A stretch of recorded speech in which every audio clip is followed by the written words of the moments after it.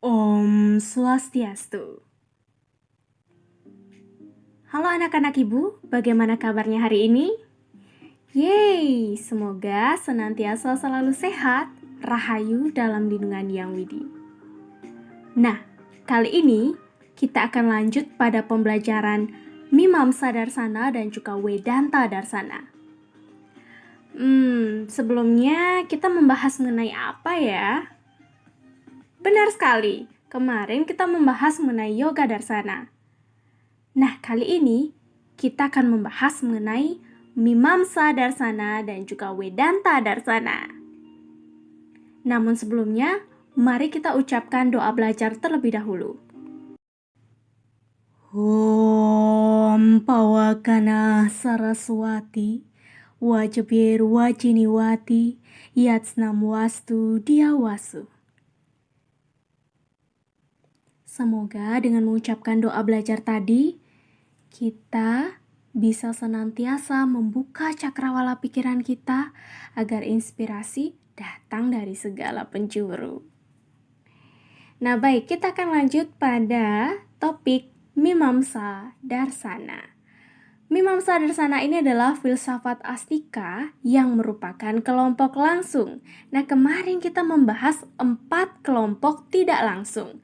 Nah, sekarang kita akan membahas mengenai 2 kelompok langsung dari filsafat astika.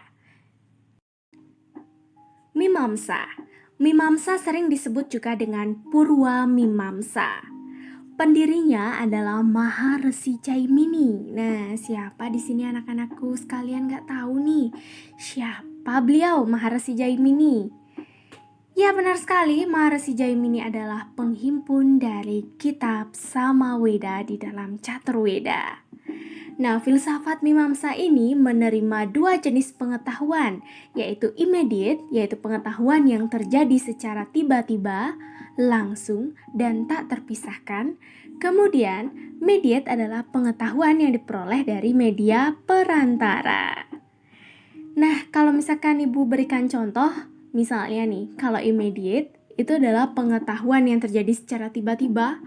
Contohnya adalah pengetahuan yang didapat berdasarkan pengamatan oleh panca indera kita. Misalkan di depan kita melihat PowerPoint nih di YouTube-nya Ibu. Nah, inilah dimaksud dengan pengetahuan immediate. Yang langsung, tiba-tiba, dan tak terpisahkan. Nah, selanjutnya ada mediate, pengetahuan yang diperoleh dari media atau perantara. Nah, salah satunya adalah dengan memperoleh pengetahuan dari guru. Guru adalah media, bukan? Ya, itulah termasuk pengetahuan yang salah satu contohnya adalah pengetahuan mediate. Mimamsa juga disebut dengan penafsiran Weda. Kitabnya disebut dengan Mimamsa Sutra. Sifat ajarannya seperti apa ya? Coba dulu dibuka buku paketnya sama buku LKS-nya. Sambilan anak-anakku mendengar audio dari YouTube ini. Ada yang sudah buka? Apa ya? Ya, benar sekali. Pluralistis dan juga realistis. Filsafat Mimamsa sangatlah mengagumi Weda. Kalau misalnya kita lihat Maharesi Jaimini itu penghimpun sama Weda kan ya? Makanya filsafat ini mengagumi Weda itu sendiri. Dan menurutnya, pelaksanaan upacara keagamaan adalah semata-mata perintah dari Weda, yang merupakan suatu kewajiban yang mendatangkan pahala. Kekuatan yang mengatur antara pelaksanaan upacara dan pahala inilah yang disebut dengan apurwa. Jadi, di dalam Weda, syarat akan pelaksanaan upacara keagamaan. Di dalam teks-teks itu, nah kemudian manusia berkewajiban untuk melakukan upacara keagamaan itu atau yatnya. Ketika melaksanakan upacara inilah, maka akan mendatangkan pahala. Begitu menurutnya filsafat Mimamsa.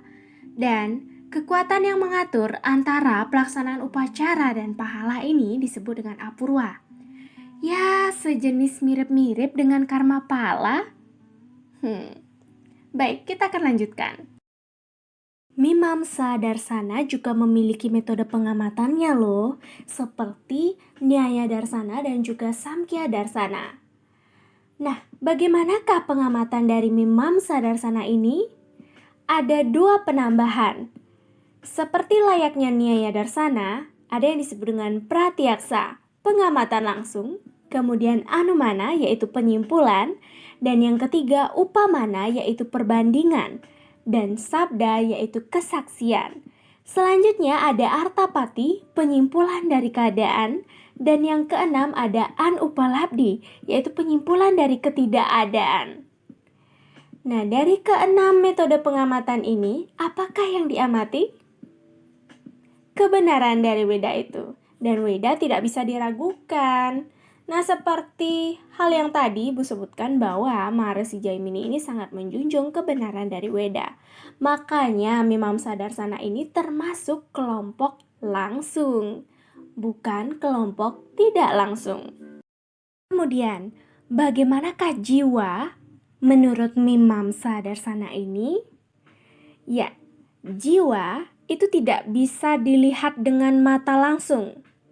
Hanya bisa dirasakan berdasarkan pengenalan diri sendiri atau merefleksikan dirinya sendiri. Jadi, menurutnya Mimamsa ini, jiwa itu tidak bisa kita lihat dengan mata kepala sendiri, tapi hanya bisa dirasakan, hanya bisa dikenali oleh diri sendiri kalau kita sadar. Nah, itu tadi jiwa menurut Mimamsa Darsana.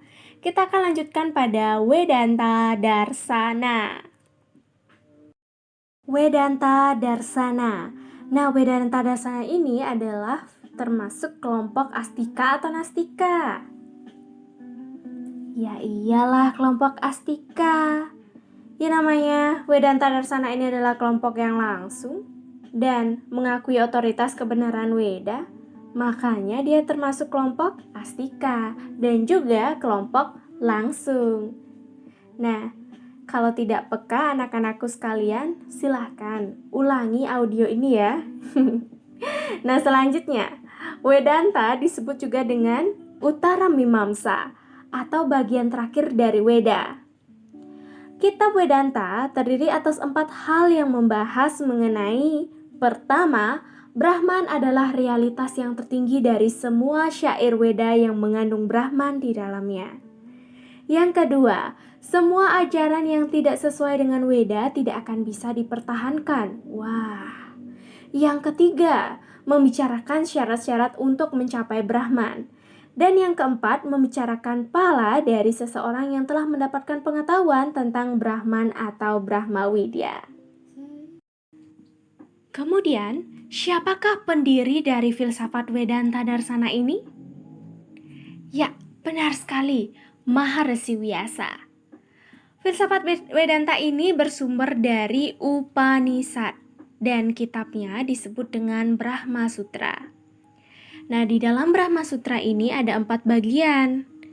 Nah, seperti yang Ibu sebutkan tadi, yaitu ada Samanwaya, yaitu sifat Brahman dan hubungannya dengan alam semesta dan roh pribadi. Kemudian ada Awiroda, kritikan terhadap filsafat kelompok tidak langsung. Karena filsafat ini sangat menentang keberadaan filsafat-filsafat yang tidak mengakui kebenaran Weda dan tidak langsung untuk mengamati kebenaran Weda itu. Kemudian ada Sadhana, yaitu pencapaian Brahma Widya. Dan selanjutnya ada Pala, yaitu buah hasil dari pencapaian roh. Kemudian, bagaimanakah Brahman dipandang dari sudut pandang Vedanta Darsana ini? Brahman adalah kesadaran tertinggi yang merupakan asal mula, penghidup, serta leburnya alam semesta ini. Jadi beliau itu dianggap sebagai Brahman yang maha kuasa. Karena beliaulah yang memiliki asas semua itu. Baik itu sebagai pencipta, pemelihara, dan juga pelebur. Nah, itulah menurut Vedanta Darsana. Kemudian, bagaimanakah Atman menurut Vedanta?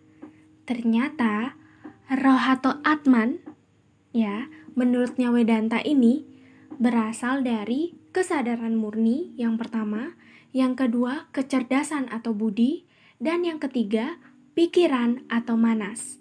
Dari ketiga unsur inilah membentuk daripada Atman itu sendiri atau roh pribadi. Nah, baik itu saja dari Vedanta Darsana, dan untuk selanjutnya silahkan dilihat di dalam buku paketnya dan juga buku LKS-nya. Selanjutnya, Ibu akan tutup dengan para mesanti. Semoga kita selalu damai rahayu dan semoga kita senantiasa happy. Ya walaupun dalam kondisi daring seperti ini ya anak-anakku sekalian. Baik, kita akhiri dengan Om Santi, Santi, Santi, Om.